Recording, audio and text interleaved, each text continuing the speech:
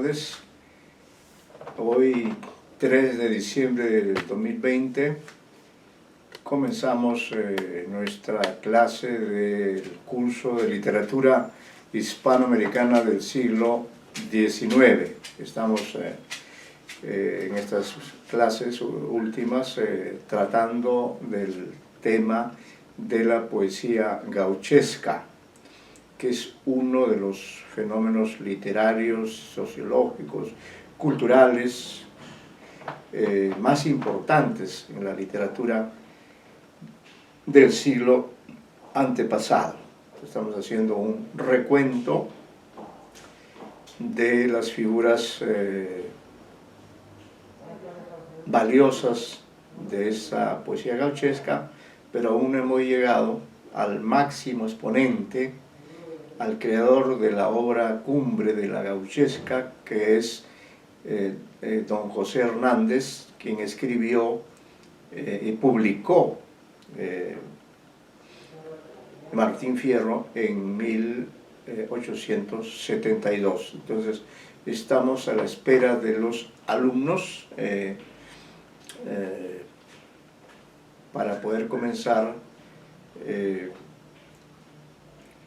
con la clase.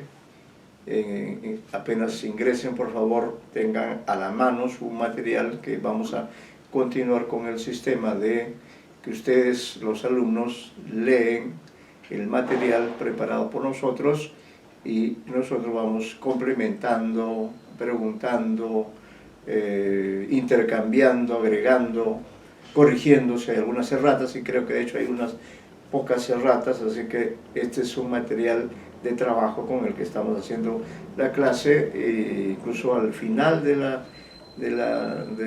este documento hay algunas indicaciones sobre el examen parcial, ¿no? El examen parcial, que es en la 8ª semana, y para el cual ya se les ha dado como tema las obras de diferentes autores del romanticismo hispanoamericano, aunque sí, efectivamente, ya no son solo los escritores argentinos de la gauchesca, que fue un fenómeno colectivo, un fenómeno relevante, sino estamos frente a la obra igualmente importante de escritores que en diferentes países contribuyeron con valiosas obras o textos al proceso del romanticismo hispanoamericano, con obras importantes en las diversas especies, en la novela, en el cuento, en la poesía, en las tradiciones, etc. Entonces estos autores serán abordados, también en el campo del ensayo, serán abordados por ustedes, que precisamente harán sendas exposiciones de estos autores que han estudiado, para que todos los demás alumnos puedan enterarse de los temas que cada uno de ustedes ha desarrollado, de los autores sobre los autores sobre los cuales ustedes han investigado y preparado un trabajo escrito que me entregarán a mí, pero complementará este trabajo la exposición que hagan ante sus demás compañeros y ante el profesor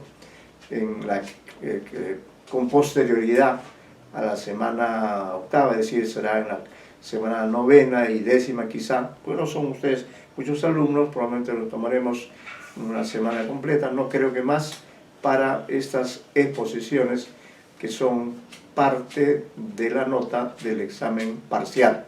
La exposición incrementará el puntaje que daremos a los alumnos con motivo de esta primera gran evaluación, que es el examen parcial, que es en la práctica pues el 50% del desarrollo del curso, ¿no? Y yo creo que vamos a un buen ritmo, porque estamos desarrollando el romanticismo hispanoamericano, que es un fenómeno especialmente valioso, de alguna forma enriquece el canon, lo torna más hispanoamericano, o más argentino, o más rural, enfatiza la oralidad, se retoma la labor crítica que siempre han desarrollado las obras literarias. Entonces, este fenómeno es importante de estudiar como lo estamos haciendo, recurriendo a diferentes fuentes. Muy bien, está presente Mahesh,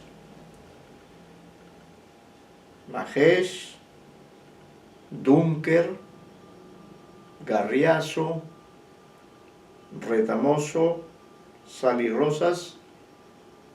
Acabo de mencionar los nombres de ustedes. Parece que no ha ingresado aún al curso ningún alumno. Estamos a la espera y mientras tanto seguimos recordando que la entrega del examen parcial, que es un trabajo sobre uno o más autores del romanticismo, será en la semana octava, ¿no? Ya se ha señalado la fecha, el material con el que vamos a trabajar, con el que esperamos trabajar ahora, está también allí, ya lo hemos empleado en la clase de anteayer, el 1 de diciembre, y hoy, 3 de diciembre, vamos a continuar a partir del autor de la gauchesca, Estanislao del Campo, ¿no? Que no es de las figuras más relevantes, pero sí he detectado un pequeño dato que creo que puede ser más interesante, puede producir una mayor curiosidad por conocer la obra de este escritor argentino llamado Estanislao del Campo, ¿no? Estamos a la espera, no sé qué ocurre, que los alumnos de este curso aún no han ingresado y por ello es que nosotros estamos esperando mientras informamos que este fenómeno de la gauchesca, aprovecharemos estos minutos antes del ingreso ya, espero, próximo de los alumnos, la gauchesca, además en este curso, en esta versión, está siendo estudiada de manera conjunta, como un fenómeno de un grupo de escritores argentinos, ¿no? Fue un grupo de escritores argentinos el que coincidió en la creación de este tipo de literatura que en cierto sentido renovó el canon literario que también existía en pleno siglo XIX, ¿no? Pero las circunstancias propiciaron de pronto ese fenómeno llamado la poesía gauchesca, muy estudiado no solo en Argentina, donde se dio el fenómeno literario, sino en todo el ámbito de Hispanoamérica, e incluso en las universidades norteamericanas o europeas, universidades en las cuales hay cursos sobre la literatura del siglo XIX, la gauchesca es sin duda uno de los temas que no pueden faltar en una visión de la literatura del siglo XIX, ¿no? Entonces, esa es la razón por la que estamos abordando el estudio de la gauchesca como un conjunto que incluso nos va a permitir una suerte de prolepsis, es decir, queremos probar que la gauchesca de alguna manera influyó de modo directo y original, influyó en la obra de un gran escritor del siglo XX como es don Jorge Luis Borges, gran escritor del siglo XX, pero que admirado por la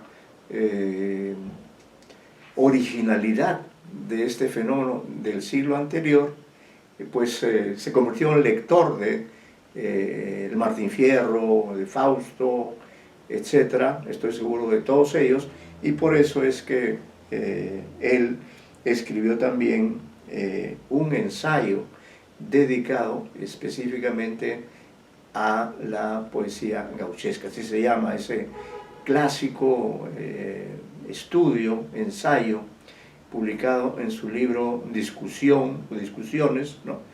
Tenemos el ejemplar de esa edición, y allí el maestro Jorge Luis Borges pues, hace un estudio muy exhaustivo, hace una suerte de estado de la cuestión de la literatura gauchesca, ¿no? Y afirma una serie de ideas que creo que son importantes para apreciar en su justo valor este fenómeno literario. Porque no se trata de señalar que la gauchesca fue un fenómeno, diríamos, extraordinario, ¿no? Lo fue en alguna medida, pero al mismo tiempo pues, debe tomar en cuenta que significó un gran esfuerzo, un gran sacrificio, trajo consigo también actitudes en contra de este tipo de literatura, ¿no? Entonces la gauchesca es un fenómeno literario admirado, pero a la vez polémico, a la vez criticado por algunas personalidades brillantes, ¿no? Que ante la irrupción de especialmente el Martín Fierro, ante la irrupción de este célebre poema, pues percibieron la voz del pueblo. Y como se dice, la voz del pueblo es la voz de Dios. Entonces, gracias a José Hernández, el autor, Martín Fierro, personaje creado por Hernández, asumió el rol de vocero de el pueblo, especialmente del pueblo que vivía en el campo y que era ignorado por la ciudad, ¿no? Como dice Borges, para comprender, adelante por favor, señorita Majés, muy buenas tardes. Buenas tardes. Buenas tardes, es usted la primera en llegar. Lamento este retraso, en fin, pero sí, ya nosotros estamos haciendo clases, pero ahora ya con su presencia, usted de momento representa a todos los alumnos que participan de este curso, ¿no? Pues vamos a comenzar, porque además usted es una persona muy informada, siempre está en una actitud de aprender, de compartir, ha hecho aportes importantes. Por eso, ya para comenzar la clase, quiero hacerlo con una pregunta a usted, que de momento es la persona que tenga a la mano, dicho sea de paso, el material con el cual hemos trabajado, que hemos leído en la clase anterior. Vamos a seguir con ese mismo material que nos sirve para conocer este periodo importante de la literatura del XIX, como es la poesía gauchesca. Señorita Majés. Sí, profesor, estoy justo abriendo el archivo. Sí, está la clase anterior la hemos abierto, está en el archivo de la quinta semana. Sí. O sexta semana. Sí, es un material que estamos estudiando. Sí, no hay problema. Estamos en la clase anterior, terminamos con la información sobre Ascasubi, y ahora vamos a continuar la lectura, vamos a comenzar la lectura a partir de este autor, que también es parte de este fenómeno de la gauchesca, ¿no? Entonces, esto es importante de tomar en cuenta y por ello les pido que, creo que alguien más ha llegado, o sea, ha incorporado a la clase, la señorita, está la señorita Mahesh, alguien más. Bueno, ya iremos viendo quiénes más veo. Fabiola, pero no veo acá. Ah, sí, Sally Rosas también está presente. ¿Llegó ya Fabiola Sally Rosas? Sí, buenas tardes. Buenas tardes, señorita. Le ruego, por favor, Buenas tardes. sí, buenas tardes, tener a la mano el material de lectura con el cual estamos trabajando. Está en el aula virtual, como ustedes saben, y vamos a comenzar a trabajar a partir de la página 9, con información sobre Estanislao del Campo, uno de los creadores de poemas gauchescos, como se le llama a este fenómeno, ¿no? Bien, entonces quería comenzar la clase haciendo una pregunta a ustedes. Es una pregunta para entrar al tema, ¿no? Pero es una pregunta que a la vez implica salir del tema para regresar ya con la información que estamos buscando. Les pregunto a ustedes si han leído, seguro, ¿no? Pero en todo caso, para poder estar cierto, ¿han leído ustedes la famosa tradición de Ricardo Palma, Don Dimas de la Tijereta?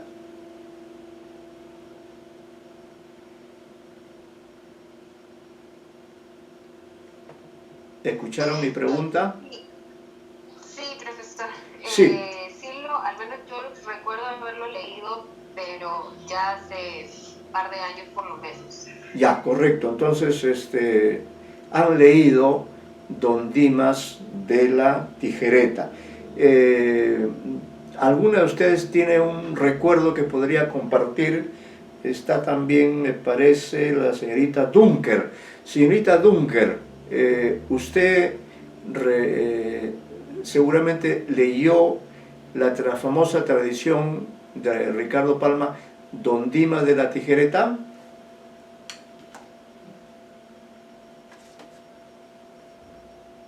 ¿Sí? ¿Profesor?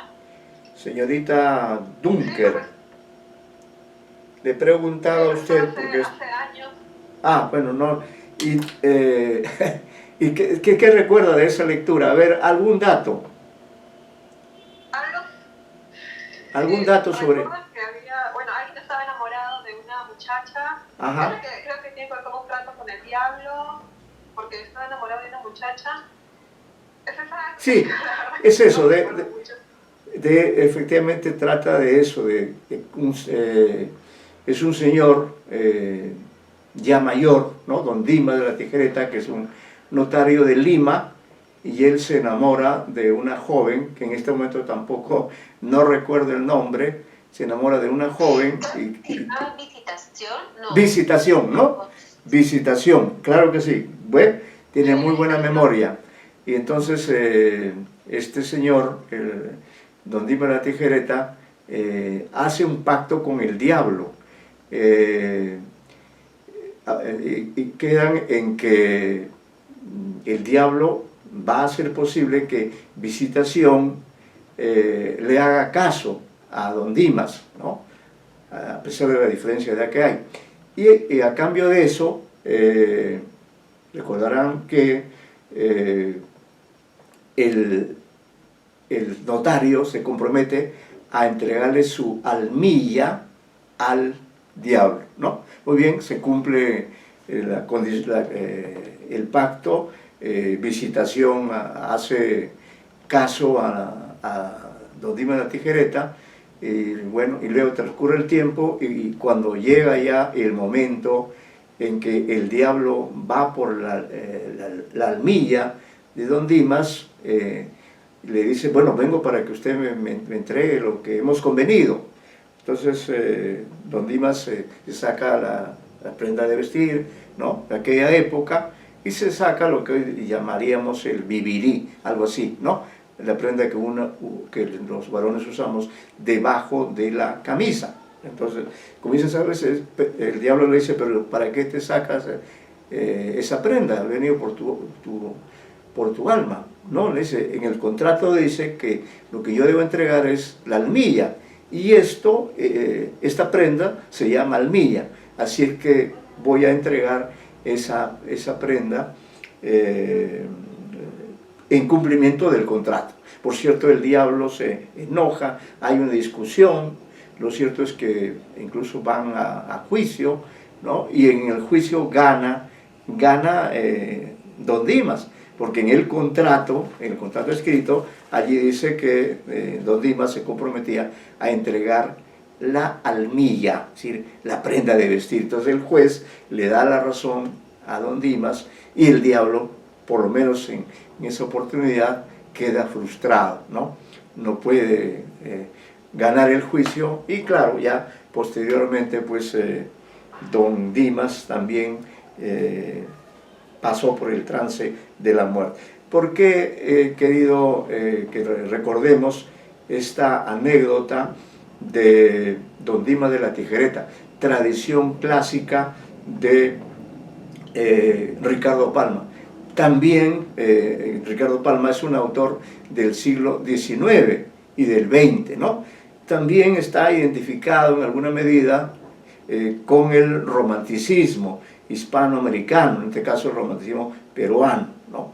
Es un autor importantísimo, creador de esta forma literaria llamada la tradición, y dentro de esta tradición, que es una especie narrativa, pero con caracteres propios, con elementos históricos, anécdotas alusivas a la historia del Perú a lo largo de todo su proceso histórico, ¿no? Esta forma se hace muy popular. Los fenómenos literarios más importantes son la gauchesca, que estamos estudiando, y las tradiciones.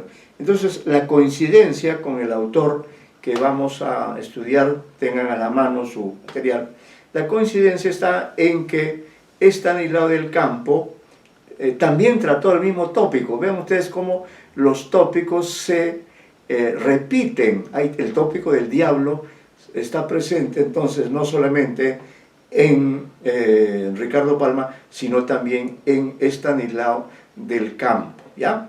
Entonces, para continuar con la lectura del material de lectura, y luego yo leeré un fragmento de la obra de Estanislao del Campo, vamos a pedir entonces a la señorita Dunker, por favor, que lea en el material, en la página en la página 9, lo que corresponde a este autor al cual nos estamos refiriendo, que es Estanislao del Campo. Ok, profesor, empiezo. De las tres figuras máximas del periodo gauchesco, Ascasubi, Del Campo y Hernández, Del Campo es quien menos, en realidad hay una errata y debe decir es quien menos, disculpen por la errata, es quien menos documenta la vida de los paisanos o gauchos. Su protagonista. Su obra maestra, El Fausto, no tiene la ruda originalidad de Santos Vega de Ascasubi, cuyas páginas huelen a pasto y a pan, ni la tremenda hondura social de Martín Fierro. Libro sin par en nuestras letras. Sin embargo, El Fausto, por su espontaneidad, por la ingenua psicología de sus personajes, admirablemente cantada, y por la belleza de sus descripciones e imágenes, así de seguirá siendo una pequeña joya de una literatura. Su autor, Estanislao del Campo, provenía de las familias porteñas más distinguidas. Nació en 1834 en Buenos Aires. Pertenece pues a la generación que actúa en un momento de hondas convulsiones, equidistante de dos momentos fuertes de nuestra historia: la vencida dictadura con su secuela de incultura, persecuciones, odios, etc., y la organización nacional iniciada desgraciadamente con la escisión entre la Confederación Urquiza, Buenos Aires, Mitre. con su consiguiente guerra. Ya. Pues siga usted, por favor. ¿Continúo? Siga. Allá. Del campo pasa así de empleado de comercio, puesto que desempeñaban los hijos de las familias ricas que no seguían estudios, a soldado, poniéndose como porteño que era a las órdenes de Mitre, mientras oficiaba también de periodista en el Nacional y en los debates. Su iniciación literaria se dio en 1857, año en que aparecen sus primeros versos criollos, con el seudónimo de Atanasio el Pollo, y que fueron atribuidos, como otros publicados después, a Hilario Ascasubi, quien aclaró públicamente que dichas obras no le pertenecían. Aunque gozó de fama entre el público, le dieron mayor brillo sus obras Gobierno Gaucho, Anastasio el Pollo y Fausto. Esta obra es la que lo ha hecho famoso y le ha asegurado un lugar en la memoria literaria argentina. El Fausto es un poema gauchesco escrito en redondillas, menos algunas partes que están en décimas, donde se cuenta la narración que un paisano, Anastasio el Pollo, le hace a otro, Don Laguna, sobre la ópera Fausto de Gounod, vista por él noches antes en el Colón de Buenos Aires. La interpretación pintoresca del drama de Goethe, hecha por un gaucho ingenuo que cree realidad lo que... No es, hay que decir que no es sino ficción teatral. Ahí hay otra rata, lo que no es sino ficción teatral. Da origen a agudos y festivos versos, en los que abundan las pintorescas comparaciones y los comentarios sentimentales sobre la trama de la obra. Hay fragmentos descriptivos ricos de poesía, como la evocación del amanecer en el campo, la del mar, que no es sino la figura de Bragado, la del teatro y la de los mismos personajes de la obra, retratados con notables imágenes. Como dice Joaquín González, el poema se desenvuelve en un diálogo sabroso, en el que cruzan, como naves coloreadas por el iris, los cuadros más brillantes de nuestra naturaleza. Respecto al tema y a la estructura del poema, como también al lenguaje de los paisanos, este poema tiene mucho de los diálogos de Bartolomé Hidalgo. Aquellos eran la obra tosca de un poeta popular y simple. El Fausto es la obra de un poeta culto, que tiene el arte de componer y que transforma la obra tosca del boceto en obra cumplida y perfecta.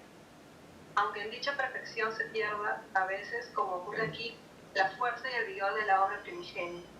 Pero es indudable que el Fausto, que hizo reír y deleitar a tantas generaciones desde su aparición, seguirá gustando en el futuro, incorporada ya a las obras clásicas de nuestra literatura. Ya, gracias señorita Dunker por su lectura que nos ha permitido pues compartir esta información sobre este importante autor de la gauchesca y cuya obra más reconocida y diríamos recordada hasta hoy es el Fausto.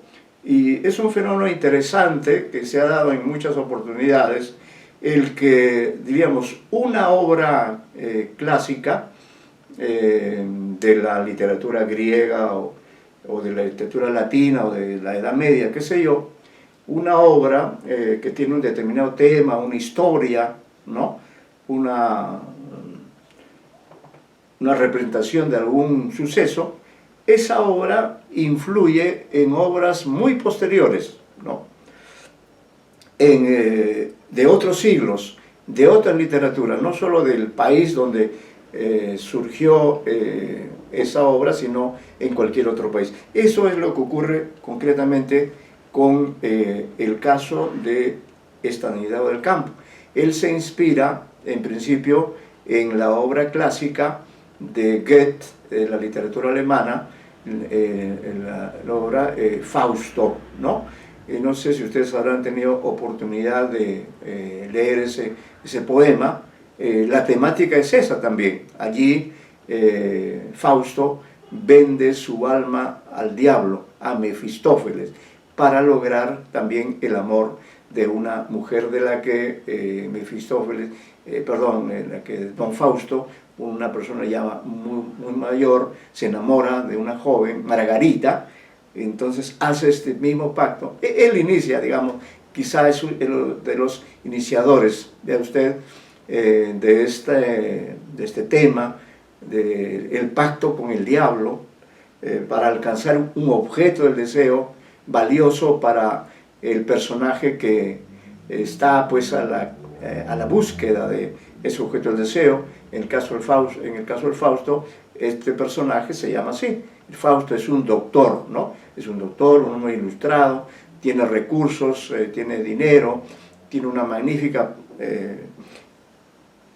posición social, pero pretende alcanzar el amor de Margarita, ¿no? Y como Margarita es joven y bella, pues es muy difícil que le haga caso a un anciano, ¿no? Pero Fausto, entonces, desesperado por alcanzar este objeto de estudio, recurre al pacto con el diablo. Luego, esta obra se convierte en ópera, como también decimos ahí en el material, en la ópera de Gounod, ¿no? Ya hay un cambio. En la versión de Goethe el texto es escrito, ¿no? Es para ser leído. En cambio, en la ópera ya sabemos que es para ser contemplada, para ser escuchada, porque la ópera es una suerte de teatralización, ¿no? De un cierto suceso que puede provenir de una obra literaria anterior. Entonces, ¿qué es lo que hace Estanislao del Campo? Toma el motivo del pacto con el diablo, pero de la versión de la ópera, pero plantea una situación interesante, ¿no? Voy a leer un fragmento de este poema llamado Fausto, la parte segunda, y allí, usando el lenguaje de la gauchesca, que ya hemos visto en algunos autores anteriores, Estanislao del Campo crea a estos dos personajes. Uno de ellos ha ido a Buenos Aires, ¿no?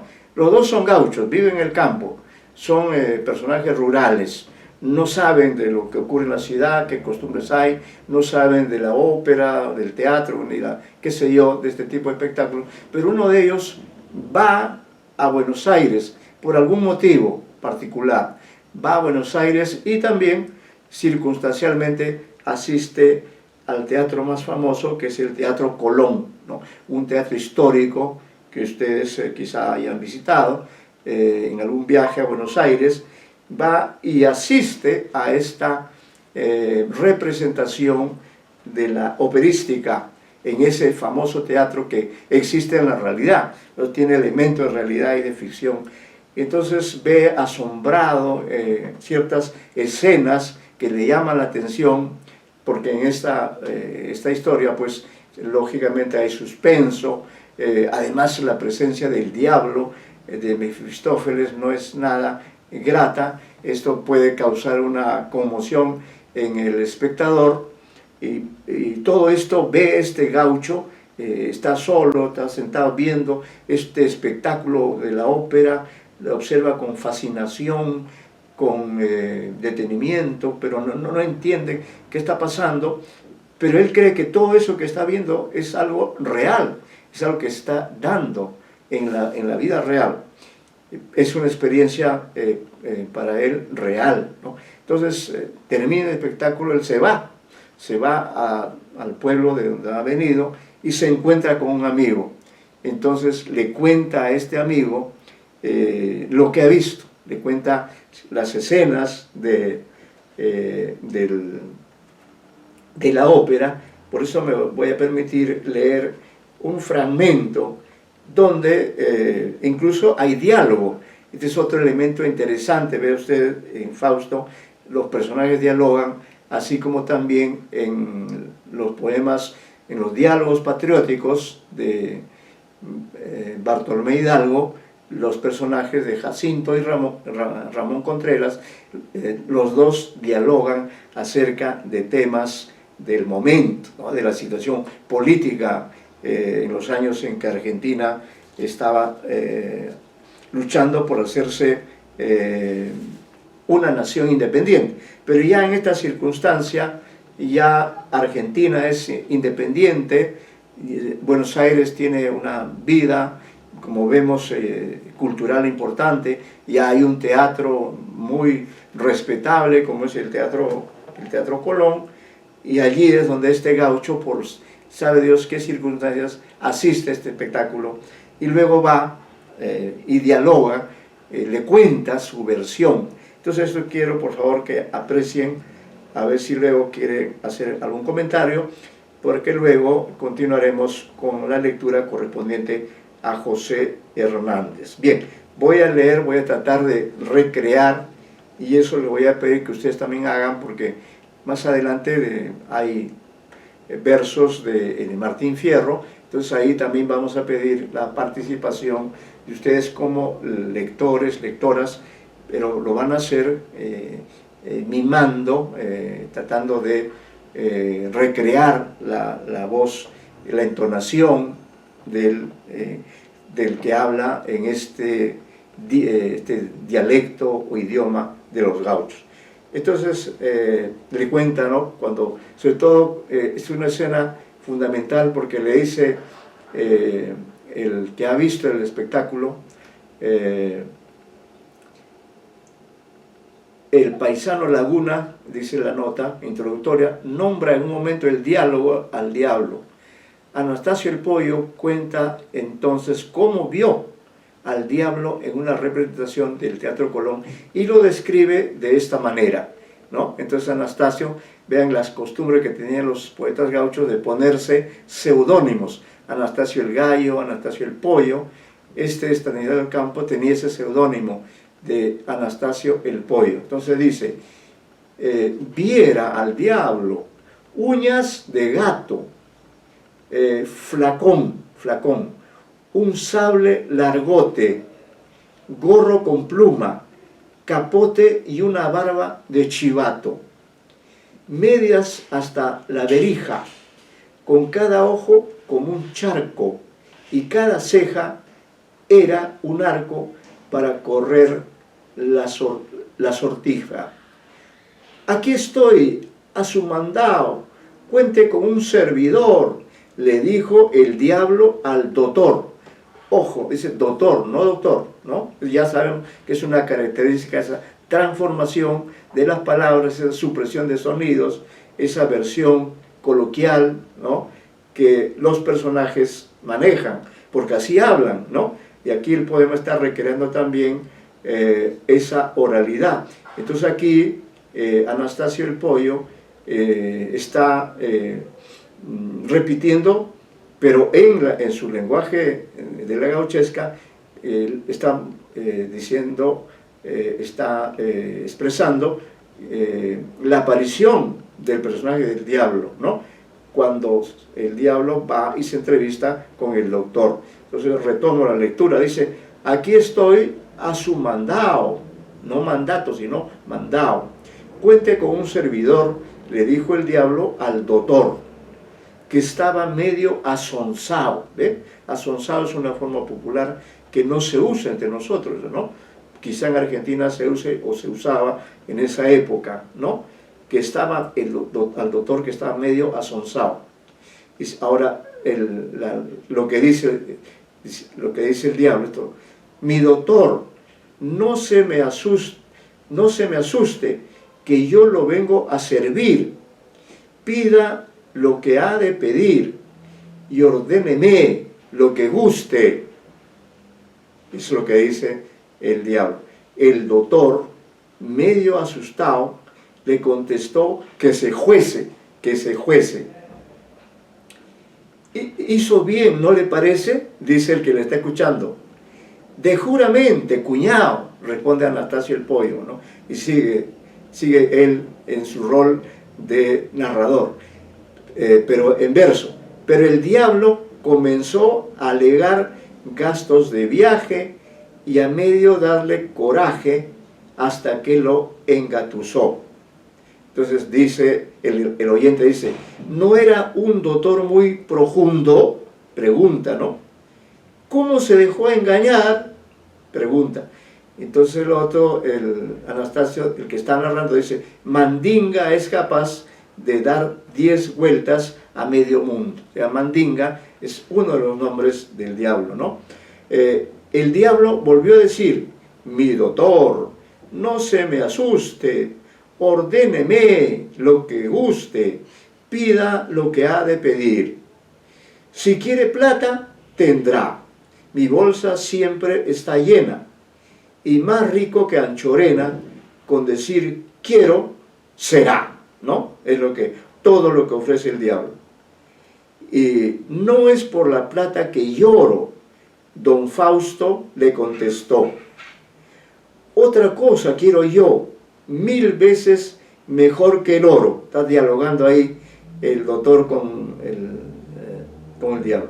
Yo todo le puedo dar, retrucó el rey del infierno. Diga, ¿quieres el gobierno? Pues no tiene más que hablar. No quiero plata ni mando, dijo don Fausto.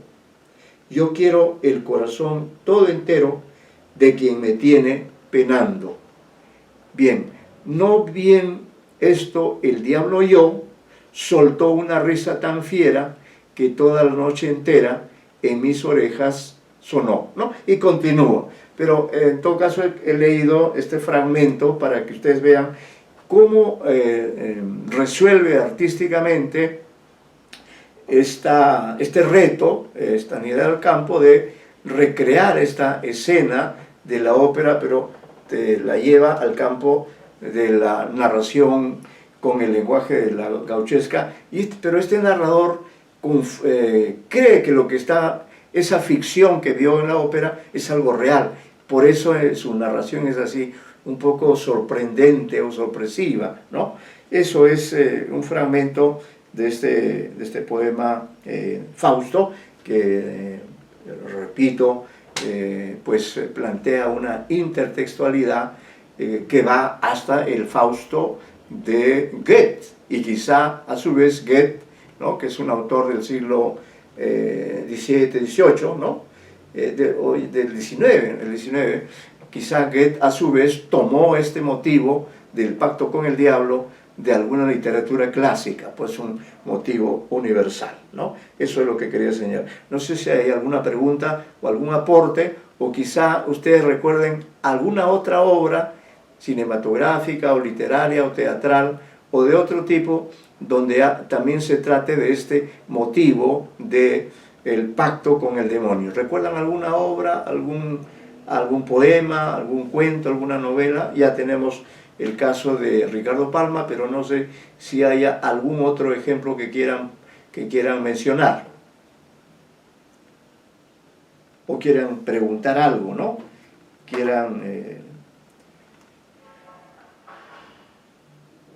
¿Les parece verosímil esta forma de recrear el tema?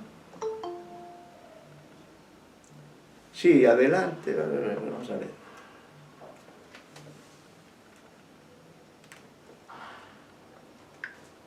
Muy bien, entonces ¿hay alguna pregunta, algún comentario sobre esto? Profesor, buenas. Profesor, buenas. Buenas. Sí, me hace recordar a una obra, creo que El Diablo Cojuelo. El Diablo Cojuelo también creo que hay un pacto de demonio con una persona, ¿no? Para tener, digamos, ciertas habilidades, ciertas posesiones, creo que me acuerdo. Pero es la forma como, digamos, lo transforma el lenguaje, digamos, literario al lenguaje del gauchesco. Me parece muy acertada por la forma coloquial, la forma, digamos, de interés. Así digamos, es. Pictórico, yo diría pictórico porque utiliza, ¿no?, bastante, digamos, viveza y criollidad, como es la criollada en cuanto al lenguaje, ¿no? Utiliza bastante términos que me parecen muy resaltantes de transmitir al público. Eso me parece. Claro. Sí, es un caso interesante, como usted menciona. Es un motivo de la literatura universal, y el cine también lo emplea, ¿no? Recuerdo haber visto algunas películas en las que aparece el diablo como personaje, pero ya no está vestido de esa manera horrorosa como podía haberse representado en otras obras, sino aparece vestido como una persona común y corriente, de manera que por la apariencia nadie podría sacar que es el diablo, ¿no?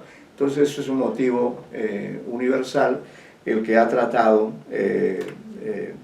Extraneidad del campo, y es un ejemplo también de intertextualidad y a la vez diríamos también de transformación del registro de la especie de este motivo dentro de la gauchesca. Es decir, este autor argentino no tiene ningún problema en tomar un tema universal, un tema de la literatura occidental por lo menos, y transformarla mediante sus capacidades narrativas y su léxico especial, como usted ha señalado, señor Retamoso, hace pues una recreación verdaderamente notable, ¿no? Tomando en cuenta la complejidad del tema. Solo hemos hecho una ligera lectura, pero es necesario, creo, tomar el contacto siempre con el texto en sí mismo para poder apreciar todos los valores, y además ustedes, alumnos de literatura, su tarea es esa, adquirir una competencia, enriquecer su competencia de lectura, de interpretación. Ahora vamos a continuar la lectura dedicada a el autor clásico de toda la gauchesca, el creador de la obra, Martín Fierro, ¿no? Entonces vamos a pedir, está la señorita Garriaso. Sí, profesor, buenas Señorita tardes. Garriaso, muy buenas tardes. Por favor, su colaboración para la lectura de este autor importante sobre el cual hemos puesto esta información en nuestro material de lectura. Le escuchamos atentamente. El material de la semana 6, ¿cierto? Disculpe. El material de la semana 6. Ah, sí, pero el material no estuvo usted, está ahí en el aula virtual. Sí, es que debido a una diligencia en el trabajo tuve que salir estudiando en la quinta ¿no tiene acceso al material? Voy a intentar entrar al material ahora, pero estoy a ver, vamos a, yo creo que no necesitamos de la intervención del diablo para poder tratar de rescatar ese material, ¿no? En todo caso, la señorita Sally Rosas, si es que ella pudiera realizar la lectura, ¿sí?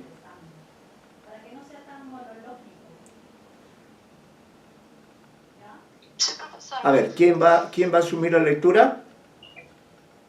Fabiola, ¿no? Ya, bien, entonces por favor, la señorita Sally Rosas va a hacer la lectura que corresponde al autor más importante, uno de los clásicos de la literatura hispanoamericana del 19. Le escuchamos.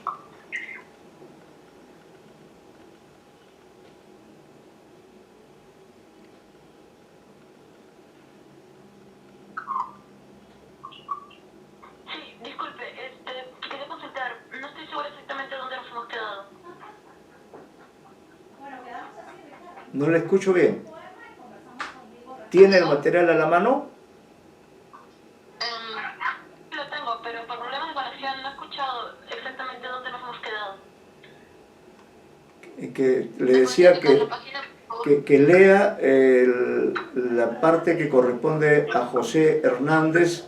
Esto está en la página 10, exactamente. A ver. José Hernández, 1834-1886. Ya. El más reconocido creador de la poesía gauchesca, José Hernández, nació en 1834 en el campo de Perdriel, situado en el partido de San Martín. Tuvo como padres a don Rafael Hernández, de ascendencia española, y doña Isabela Pueyrredón, descendientes de franceses por la línea materna. Esa admirable fusión de razas que realiza el crisol del suelo argentino, creando un tipo propio y personalísimo, se pone de manifiesto en el caso de Hernández y su familia. A pesar de la mezcla de sangres por ambas ramas, es exaltado el amor a la patria, a la que defiende con empeño. Así tuvo entre sus ascendientes hombres que fueron ilustres guerreros de la independencia, y el mismo Hernández, por méritos de guerra en Pavón y Cepeda, llegó a ganar el grado de sargento mayor, al que nunca, sin embargo, quiso dar importancia. Y además de exponer así su vida por la patria, tuvo tal consubstanciación con ella que logró condensar en un libro imperecedero, Martín Fierro, la más fina esencia del espíritu del antepasado español, del gaucho y del indio.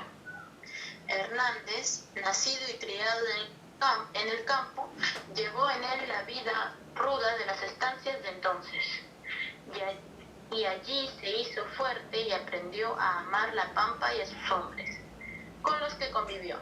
Así gustó de la libertad, del ancho horizonte.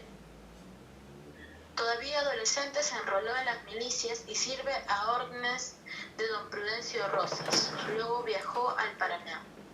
Participa en las batallas de Cepeda y Pavón. Se fue a Corrientes y desempeñó tareas político-administrativas. En 1868 retorna a Buenos Aires. Vive exiliado en Brasil y poco después pasa a Montevideo. Así. Sí, usted, por favor. Todo este periodo turbulento lo consagró a las armas, al periodismo, a la oratoria política, aunque según referencias solía escribir versos para los cuales desde la niñez tenía gran facilidad.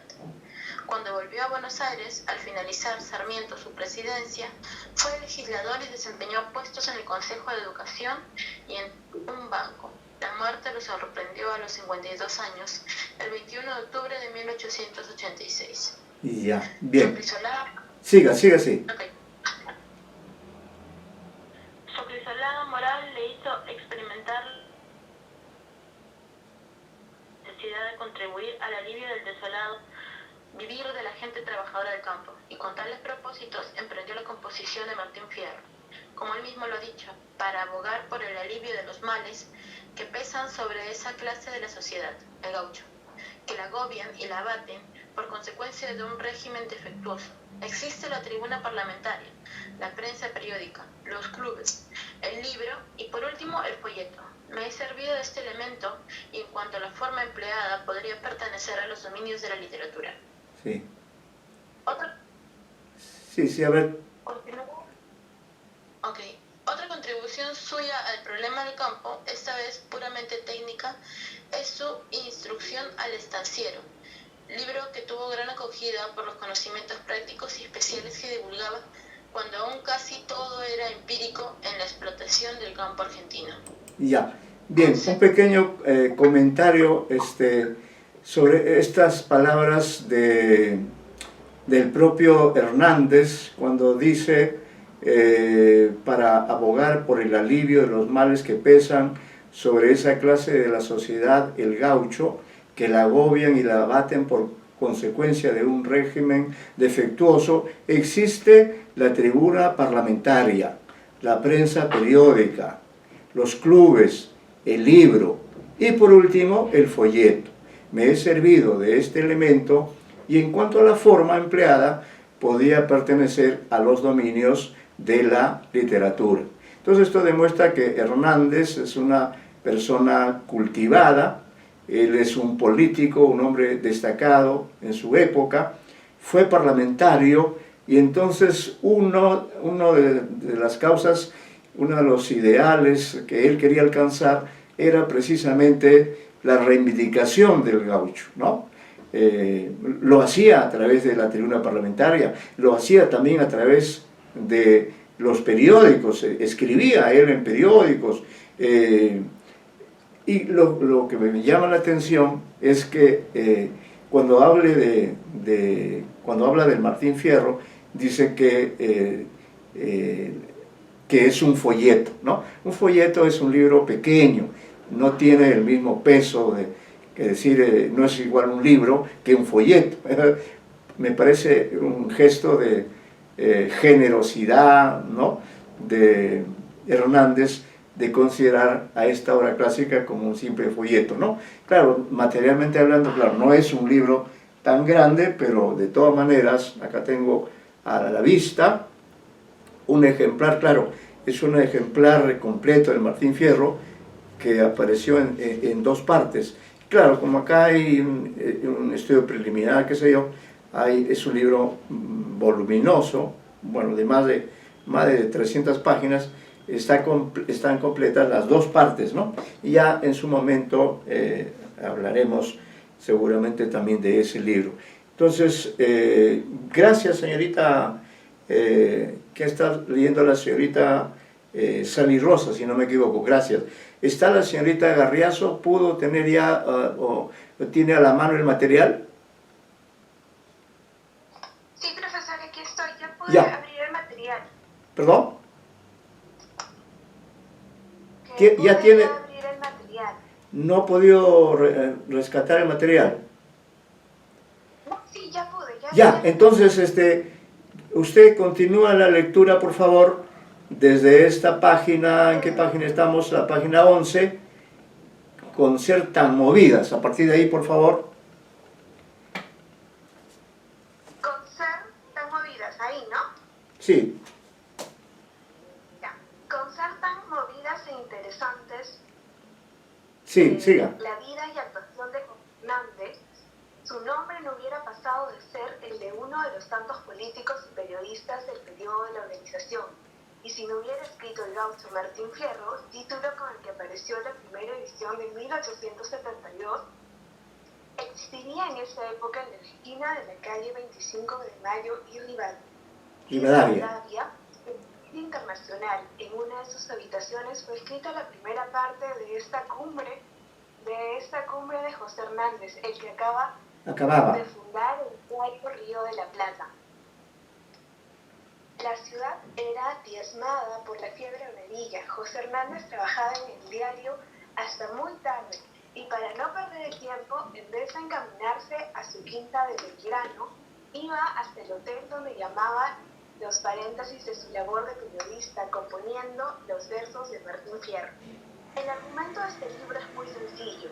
Un hombre de bien se ve obligado por las circunstancias adversas que le crean los mandones de su pago a convertirse en matrero, a ser soldado de frontera a la fuerza en los fines, a escapar, matar y luchar contra quienes tan irresponsablemente representaban a la justicia, y por fin a refugiarse entre los indios en busca de tranquilidad, tranquila libertad. Sobre esta sencilla trama, el genio de Hernández levanta el monumento literario de más alta belleza y sólidos cimientos con que cuentan nuestras letras. Y es que la vida de Martín Fierro fue la vida de muchos de sus congéneres. Sí. Y sus tribulaciones, las de una clase entera de hombres. Así se explica. Dios mío, pues se me fue la página. La venta inusitada. Congéneres y sus tribulaciones, las de una clase entera de hombres. Así se explica la venta inusitada que tuvo el libro, de cerca de 100.000 ejemplares, apenas aparecido, contra la opinión de muchos letrados que reprocharon al autor el uso del dialecto gauchesco. Privó el gusto del público y el de muchos. Siga. Y el de muchos, perdón, que en el celular la página y de muchos críticos.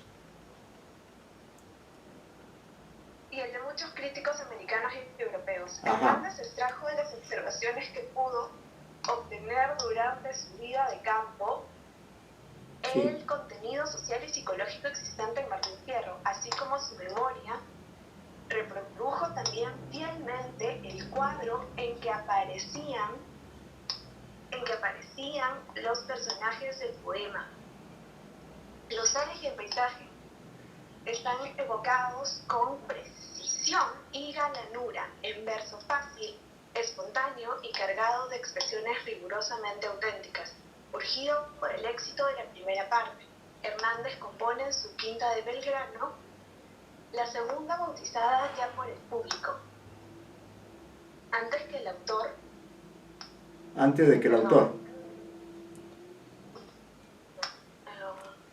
Hernández compone en su Quinta de Belgrano, la segunda bautizada ya por el público, antes de que el autor le diera nombre con el de La Vuelta de Martín Fierro, cuya primera edición. Disculpen, profesor, es que en el celular la página se reduce y se aumenta.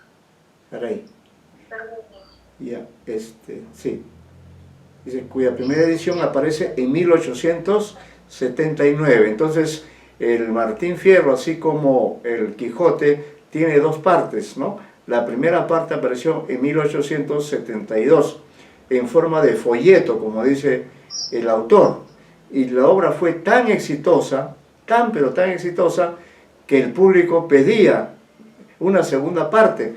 Y ellos ya le pusieron, pero como dice acá, ya fue el público el que le puso a esta segunda parte el nombre de La Vuelta de Martín Fierro, antes de que el autor publicara. Esa es la popularidad que alcanzó esta obra, y por eso pues es importante que conozcamos de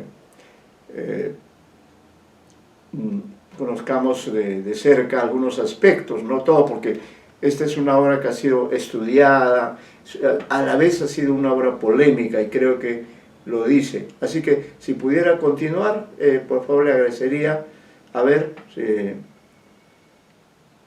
entonces la primera edición de la segunda parte aparece en 1879, que es el año en que comienza la guerra entre Perú y Chile, ¿no? Muy bien, a ver, ¿quién continúa la lectura? ¿O quién está en el uso de la lectura?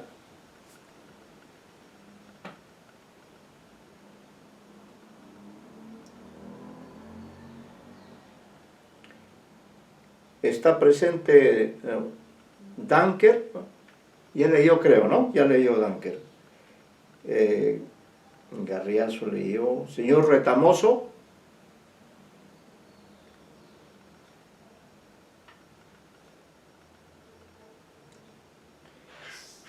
A ver, Sally Rosas.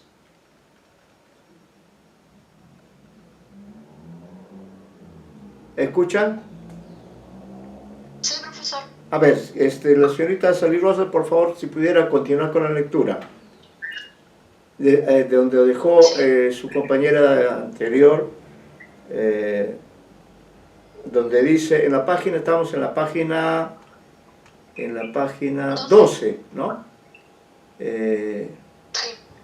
A ver, el prologuista cuenta su vida.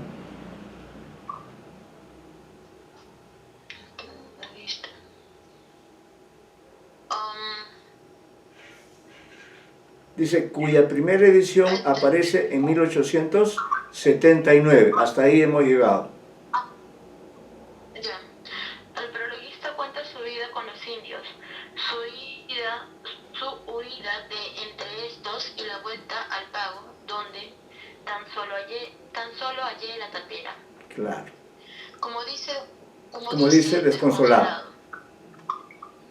En esta segunda parte, la línea sencilla de El Gaucho Martín Fierro se vuelve complicada. Nuevos personajes aparecen en escena, como el viejo Vizcacha, sin duda, el más importante. Se afina más el canto espontáneo de la primera y se ahonda al mismo tiempo la penetración psicológica de Hernández, que adquirió conciencia del valor de su obra y de cuanto en ella ha querido decir. El Martín Fierro, al recoger en sus páginas una buena parte de la sabiduría popular, ha puesto en evidencia la fuente imperecedera de toda obra de belleza. El genio de Hernández ha consistido en concentrar todo lo nativo disperso, elevándolo a la categoría artística. Desde el punto de vista de la crítica, el triunfo del poema no fue rotundo y general hasta hace varias décadas. No faltaron quienes escatimaron méritos, pero poco a poco se ha ido imponiendo, y hoy hasta los puristas más recalcitrantes reconocen la significación que tiene Martín Fierro en la literatura en lengua castellana. Contribuyeron a prestigiarlo Leopoldo Lugones con su libro El Payador de 1916, Ricardo Rojas con el volumen Los Gauchescos de su Historia de la Literatura Argentina 1917 y Eleuterio F. Discordia con su obra Martín Fierro, texto comentado y anotado 1925. Lo épico, lo lírico, lo satírico se mezclan en Martín Fierro. En todo gran libro hay abundancia de elementos, razón que los hace accesibles a todas las clases sociales y despierta ecos en las almas de las mismas. Estrella, Fermín, página 393. Ya, gracias. Quería agregar ahí, lo hago oralmente, pero esto se va además a desarrollar con textos. Otro de los que acá he agregado, no está en la versión de ustedes, leo simplemente esa breve frase que luego se va a fundamentar. Dice: Jorge Luis Borges se inspiró en pasajes, conflictos o personajes de la obra para crear memorables cuentos, ¿no? Y ahí hay hay varios cuentos de Jorge Luis Borges que se inspiran. Hay uno que se llama, por ejemplo, Biografía de Isidoro, no recuerdo, Biografía de Tadeo Isidoro Cruz, ¿no? Así se llama, es un cuento breve, pero muy significativo, porque en realidad no puede hacerse una biografía en los límites de un cuento. Una biografía es un texto mayor, más extenso, ¿no? Sin embargo, Borges se toma la libertad de ponerle como título a ese relato Biografía de Tadeo Isidoro Cruz. ¿Y quién es este Tadeo Isidoro Cruz? En realidad es un personaje de ficción, ¿no? De ficción. Es un personaje de Martín Fierro. Es un personaje que se encuentra, es amigo, conoce al personaje Martín Fierro, están juntos durante algún tiempo y luego se reencuentran en una situación posterior muy comprometedora, ¿no? Esto lo veremos en algunos cuentos, ustedes podrán leerlo porque es un autor más reciente, ¿no? Y así por el estilo. Hay el tema de la cautiva, que está también en el Martín Fierro, y en los cuentos de Borges es otro elemento, ¿no? Que muestra cómo, como se dice aquí, lo épico, lo lírico, lo satírico se mezclan en Martín Fierro. En todo gran libro, como se señala, hay abundancia de elementos, razón que los hace accesibles a todas las clases sociales y despierta ecos en las almas de las mismas. Bien, a continuación tenemos algunas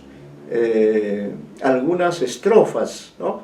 Algunas estrofas de precisamente Martín Fierro. Estas estrofas corresponden a la primera parte, es decir, la que fue publicada en 1872, ¿no? 72, el mismo año en que Ricardo Palma inició también la publicación de sus famosas Tradiciones Peruanas. Para la transcripción en este texto de estos de estas estrofas he tomado en cuenta esta edición de Martín Fierro,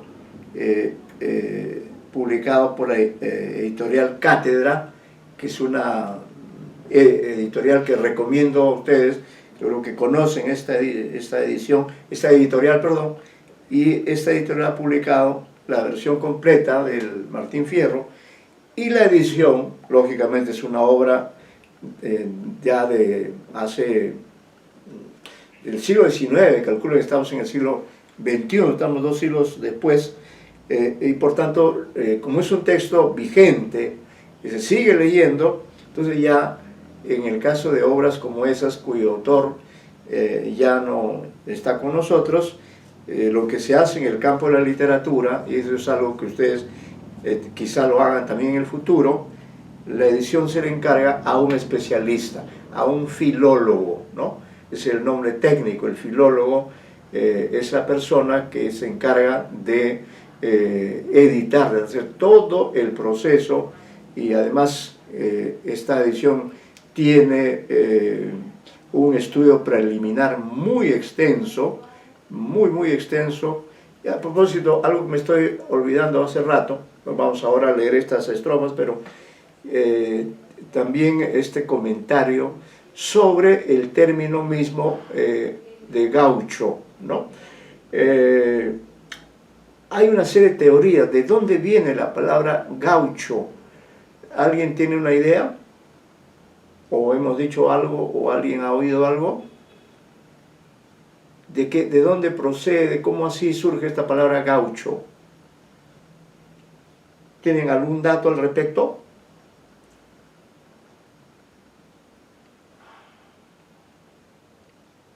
¿Sí o no? ¿Algún alcance, algún aporte?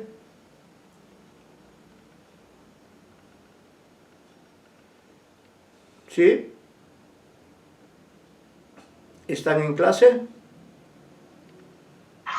Sí, profesor. Bueno, contesten, pues, ustedes digan sí o no. No, algo en la clase pasada, pero no recuerdo exactamente de dónde surge la palabra gaucho. Sí. Estoy hablando de revisar mis apuntes. Sí. Y apenas lo encuentre se lo comento. Ya. Sí, quería, digamos, es verdad, usted puede...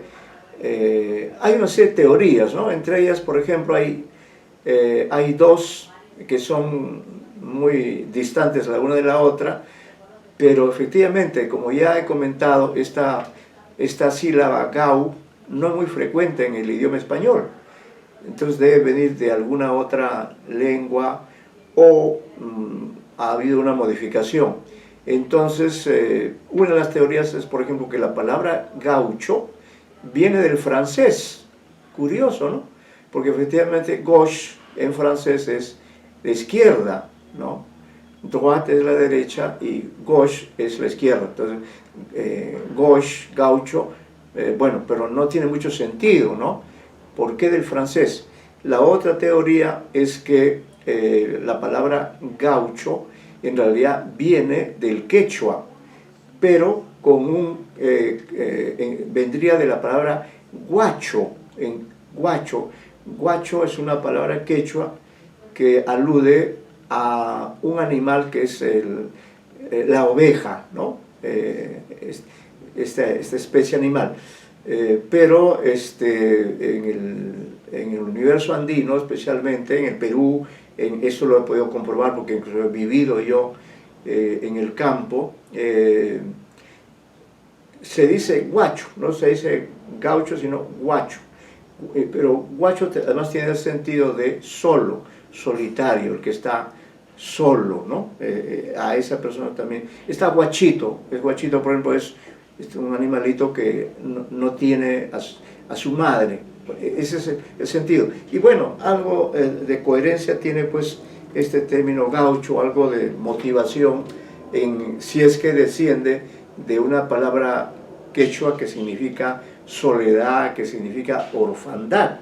En la práctica lo que se dice es eso, ¿no? Que el gaucho es un personaje muy complejo. ¿De dónde salió el gaucho? ¿No? Esto también creo que lo decimos por aquí. Vamos a ver, ahí están las estrofas. Voy a pedir a todos los que están presentes que lean y hagan una pequeña tarea en vivo y en directo, pero quería aquí creo que he puesto una nota, me parece que sí está en la versión que ustedes tienen, la voy a leer yo, ya, la voy a leer yo. Vamos a ver, aquí he transcrito tres cantos, me parece, de la primera parte. ¿Dónde está? Sí, estas cubren varias páginas, estas estrofas. Y entonces a través directamente del poema conoceremos esta historia. Bueno, acá hay un texto que creo que no estoy muy seguro, en todo caso lo leo, ¿ya? Lo leo. Está en la página 15, y quizás si lo haya puesto. Dice ahí, dada la importancia del poema, leeremos los cantos que se han incluido en este material del curso, y se les pide que realicen una descripción del tipo de estrofa predominante que utiliza José Hernández en su famoso poema. 2. Igualmente averigüen si es posible establecer una intertextualidad entre algún tema o motivo que compartan La cautiva, de Esteban Echeverría, y Martín Fierro, de José Hernández, ¿no? Bueno, esta es una tarea complementaria, pero en todo caso también la podemos hacer de manera directa ahora con los que están presentes en el tiempo que aún tenemos de clase. Acá hay una apostilla. La palabra apostilla significa un complemento de información, ¿no? Entonces acá hay un comentario de algún autor acerca del gaucho. Dice, tratando de definir, porque no es tan fácil definir qué cosa es un gaucho, ¿no? Bueno, voy a leer el texto. Dice, el gaucho es un tipo humano producto originariamente del mestizaje, ¿no? Hay mestizaje, pero que a la larga es más que nada el resultado de un ambiente, de un medio físico y de unas formas de vida. Eso es importante. El gaucho es un mestizo, tiene de blanco y tiene de indio, ¿no? Pero además influye el medio mismo, el medio ambiente, las pampas argentinas extensas, inmensas, donde hay el ganado vacuno, y los gauchos se dedican a eso, a esa forma de vida. Se les llama gauchos porque se dedican a cuidar a las vacas, ¿no? A viajar en sus caballos, y además de cantar payadas, cantar poemas acompañados por sus guitarras, o participar en actividades, ¿no? A veces en conflictos también, como es el caso de el Martín Fierro. Por eso dice acá, el gaucho es producto de todo eso, ¿no? El mestizaje, el medio físico y de unas formas de vida. Es muy importante. Nosotros tenemos una forma de vida, los gauchos en su momento tuvieron la suya, muy distante, muy diferente a la nuestra. Por eso dice el párrafo que continuamos leyendo, la mestización muy intensa en el Plata, en el río La Plata, tras la conquista, fue cediendo, como señala Leopoldo Lugones, que es un importante autor del 19 y el 20, más del 20, fue cediendo, como señala Lugones, con la llegada posterior de mujeres blancas, aunque siguió produciéndose en las conflictivas zonas fronterizas entre indios y cristianos. Si la sangre española fue en conjunto predominando, los condicionamientos apuntados fueron definiendo radicalmente al gaucho. Acá está esto que quería destacar, como un altivo pastor guión jinete. Eran las dos cosas, ¿no? Pastor, cuidaba al ganado, pero a la vez un jinete. Amante de la vida libre, de la guitarra y de las coplas, extraordinariamente hábil en sus movimientos por la pampa, noble de carácter, pero obligado, no pocas veces, a convertirse en un fugitivo de la justicia. Así nos lo describe Sarmiento en su Facundo, en una clara anticipación de algunos de los aspectos que desarrollarán en Martín Fierro.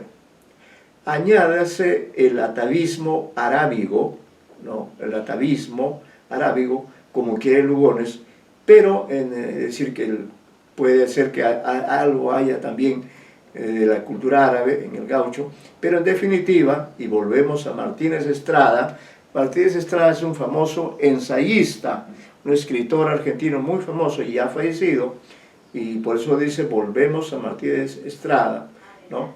Cuando señala que el tipo social más que étnico se perfila cuando comienzan a constituirse las castas de los hacendados y los militares, y a codificarse el rango de las personas por su estirpe o posición económica. Esta idea es muy importante, es decir, que los gauchos son producto no solamente del medio ambiente, sino además de las condiciones de vida, ¿no?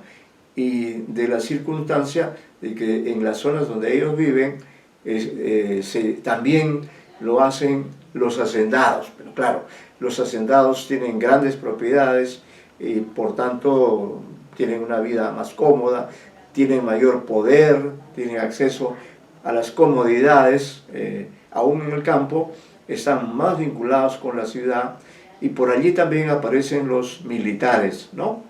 Y a codificarse el rango de las personas por su estirpe o posición económica. Es decir, el gaucho aparece cuando ya se establecen las clases sociales y ellos están en la parte más baja junto con los indios, ¿no? Junto con los indios, los gauchos estaban en condición de marginalidad o de orfandad. Agregamos acá otro dato importante que está también en el material, dice, aparte de quienes incursionaron más o menos esporádicamente en el tema gaucho, como Esteban Echeverría, develador de la estética de la pampa, Juan María Gutiérrez, Sarmiento, entre otros autores, a partir de Maciel, hicieron de este la línea fundamental de su obra. Sobresalen entre ellos Bartolomé Hidalgo, ya hemos hablado de él, Hilario Escazú, lo hicimos en la clase anterior, y hoy día hemos hablado de Estanislao del Campo, antecesor de Hernández, ¿no? Bueno, acá también hay un dato filológico, lo leo, dice dato filológico, tiene que ver esto con la cuestión de las ediciones de los textos, ¿no? Entonces, por su vigencia, decimos, Martín Fierro ha sido y será editado muchas veces. Los versos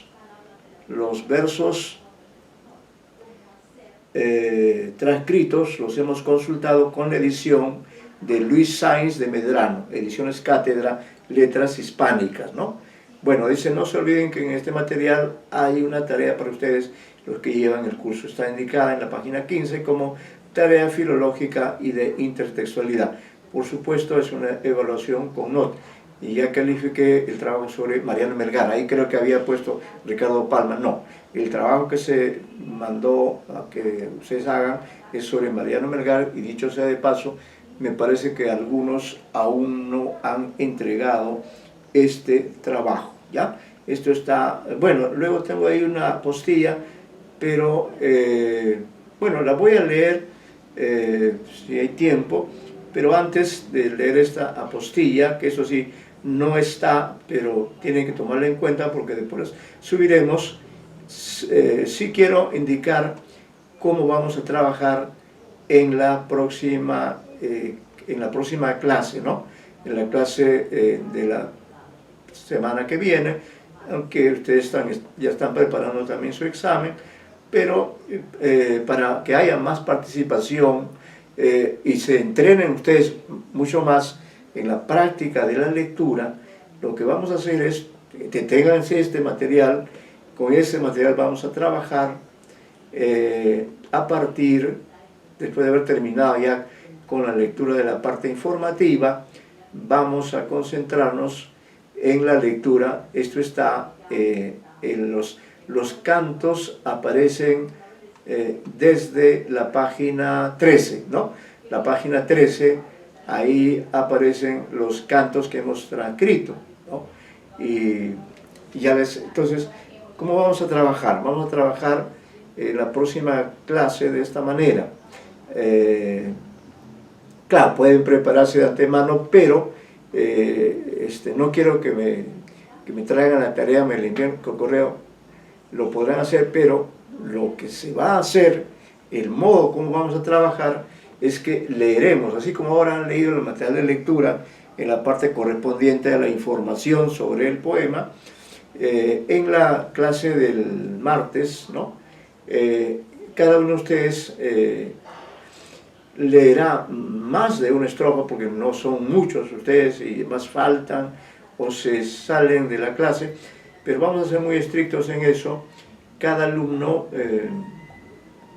va a leer una estrofa tratando de leer en forma apropiada, tratando de imitar el lenguaje gauchesco, el dialecto gauchesco, ¿no? Además de eso se pide que puedan, por eso estoy adelantando desde ahora el dato, se le pide que también ustedes describan la forma, el tipo de estrofa que maneja el autor. Y aquí en los cantos transcritos hemos utilizado como signo de término de la escritura, ¿no? Voy a poner este ejemplo. Dice: aquí me pongo a cantar al compás de la vihuela, que el hombre que lo desvela una pena extraordinaria, como la ave solitaria con el cantar se consuela. Tenemos 1, 2, 3, 4, 5, 6, ¿no? 6. Luego el siguiente verso, en la siguiente estrofa, ya aparece la palabra en negrita. Entonces, cuando la primera palabra es en negrita, quiere decir que ya es otra estrofa, ¿no? Entonces ustedes, voy a pedir a cada uno de ustedes, los alumnos que estén presentes, ¿no?, que lean la estrofa, la lean de manera creativa, interpretativa, y que luego describan. Las estrofas son conocidas, son las llamadas sextinas, es decir, estrofas casi siempre de 6 versos, ¿no? Entonces lo que van a hacer es señalar, en todo caso, cómo se da la rima, cómo se maneja el ritmo, y también algunas, qué idea o qué aspecto, qué tipo de contenido o qué actitud revela el narrador, porque recordemos que el Martín Fierro es un poema narrativo, y eso es lo interesante, ¿no? Ustedes sabrán seguramente en algún curso anterior, habrán oído hablar del Mester de Juglaría, el poema Mío Cid, el Mester de Clerecía, la obra de este autor Gonzalo de Berceo, y también por extensión en el contexto de la literatura hispanoamericana se habla, a propósito principalmente del Martín Fierro, se habla del Mester de la Gauchería, ¿no? El Mester de la Gauchería, es decir, el oficio del gaucho, el oficio de cantor. Entonces el gaucho es un tipo de cantor que además asume la función de narrador, ¿no? Pero un narrador que va contando la historia en verso, no en prosa, sino en verso. Y luego también dentro de esta forma de composición que es la sextina, también hay pasajes, creo que en estos que he puesto acá todavía no aparece, pero hay pasajes en los que hay diálogo entre los personajes, diálogo, un contrapunto entre un payador y otro payador, ¿no? Entonces, todos esos aspectos tenemos que trabajarlos en forma presencial, ¿ya? No en forma de informe así, que lo mando, no. Quiero que ustedes actúen, que demuestren su competencia presencial. Ya es mucho que estemos ahora sometidos a este régimen en que uno no sabe si el alumno está o no está. Los quiero más protagónicos, ¿ya? Los reto cordialmente a ser más protagónicos, a demostrar más palmariamente la capacidad que ustedes tienen, ¿no? Así que quiero verlos en ese rol, en ese papel de lectores y de comentaristas de las estrofas que están aquí consignadas en el material de lectura. Por eso desde ya, por favor, anuncio más puntualidad. Hoy día hemos comenzado recién a las 4:12, ¿no? Cuando las clases comienzan desde las 4 de la tarde, y yo he estado hablando, porque no puede ser que no se haga clase. Para eso se dan las convocatorias previamente, hasta que llegó la señorita Majesh, que dicho sea de paso, hoy día no ha intervenido, pero ella siempre interviene. La próxima sí, esta tarea de recitar o de cantar, el verbo cantar creo que es más propio, entonces ustedes participarán así protagónicamente, presencialmente, aunque separados sin duda por la tecnología. Bueno, entonces aquí terminamos la clase. Recuerden, por favor, anoten en sus agendas, ya hemos señalado cómo vamos a trabajar en la próxima clase. Si hay tiempo, les mandaremos a través del aula virtual la información, pero ya están notificados, por favor.